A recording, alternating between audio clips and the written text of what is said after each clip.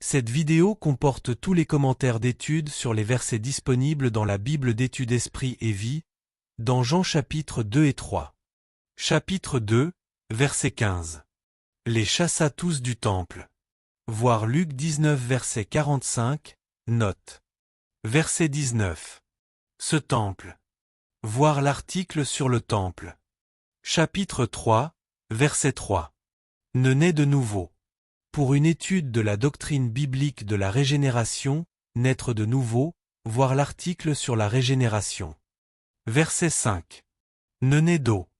Jésus faisait sans doute allusion à l'œuvre purificatrice du Saint-Esprit lors de la nouvelle naissance.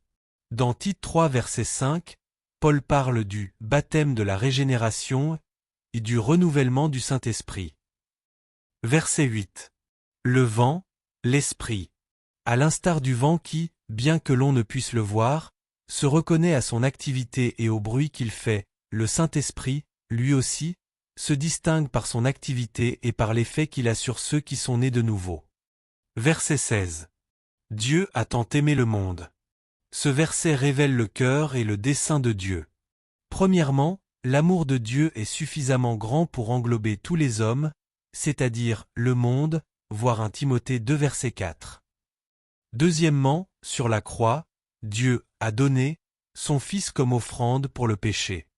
L'expiation vient du fait que Dieu nous aime tendrement. Ce n'est pas une chose qu'on lui a imposée, Romains 8 verset 32, 1 Jean 4 verset 10. Troisièmement, croire, en grec pistéo, sous-entend 3 éléments. A. La conviction absolue que Jésus-Christ est le Fils de Dieu et le seul sauveur de l'humanité qui est perdue. B. Une communion avec Christ et une obéissance à sa personne qui sont la conséquence d'un abandon de soi, voir chapitre 15 verset 1 à 10, voir 14 verset 21, note, 15 verset 4, note. C. Une confiance totale et absolue en Christ, partant du principe qu'il désire nous sauver et nous amener à avoir une communion avec Dieu dans le ciel, et qu'il est capable de le faire, voir l'article intitulé La foi et la grâce. Quatrièmement, péris est le mot le plus souvent mis de côté dans le verset 16. Il ne se réfère pas à la mort physique mais à la terrifiante réalité du châtiment éternel, Matthieu 10 verset 28, note. Cinquièmement, la vie éternelle est le don que Dieu nous accorde lorsque nous naissons de nouveau, voir l'article sur la régénération. L'adjectif éternel n'exprime pas seulement la perpétuité mais également la qualité de la vie, une forme de vie divine, une vie qui nous libère de la puissance du péché et de Satan, et nous détache de ce qui est simplement terrestre pour nous faire connaître Dieu, voir chapitre 8 versets 34 à 36, voir 17 verset 3, note. Verset 19. On préférait les ténèbres à la lumière. L'une des caractéristiques fondamentales des méchants est qu'ils aiment les ténèbres, c'est-à-dire qu'ils se complaisent dans le péché et l'immoralité, Romains 1 verset 18 à 32.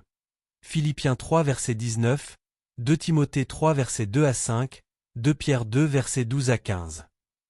D'un autre côté, les personnes qui sont vraiment nées de nouveau aiment la justice et haïssent la méchanceté, voir Hébreux 1 verset 9, note. Elles sont affligées lorsqu'elles voient les œuvres mauvaises de ceux qui sont dépravés, 1 Corinthiens 13 verset 6. Elles ne trouvent aucun plaisir dans les distractions sensuelles ou l'expression d'un comportement coupable flagrant dans la société contemporaine, Psaume 97 verset 10, Proverbe 8 verset 13, Romains 12 verset 9, voire 2 Pierre 2 verset 8, note, Apocalypse 2 verset 6, note. Verset 34. Ne lui donne pas l'esprit avec mesure. Voir Matthieu 3 verset 16 et Luc 3 verset 22, note sur l'onction du Saint-Esprit de Jésus, voir l'article intitulé Jésus et le Saint-Esprit. Verset 36. Celui qui ne croit pas. Le mot grec traduit par « ne croit pas » est apétéo, qui signifie « désobéir » ou « ne pas être assujetti à ». Il est mis en contraste avec l'expression « celui qui croit », en grec pistéo, que l'on trouve au début du verset. Pour Jean, l'incrédulité signifie le « rejet du Fils » ou la désobéissance envers lui. Les termes « foi » et « obéissance » peuvent souvent être utilisés de manière interchangeable, comparez Romains 1 verset 8 et 16 verset 19. 1 Thessaloniciens 1 verset 8, voir également Romains 15 verset 18. L'Évangile est un don gratuit, Romains 5 versets 15 à 16, 6 verset 23, une fois que nous l'avons accepté, nous ne sommes plus libres de faire comme bon nous semble. Il exige que nous nous engagions sur le chemin du salut préparé par Dieu et que nous nous assujettissions à la justice de Dieu, Romains 10 verset 3, voir un verset 5, note, voir l'article intitulé La foi et la grâce.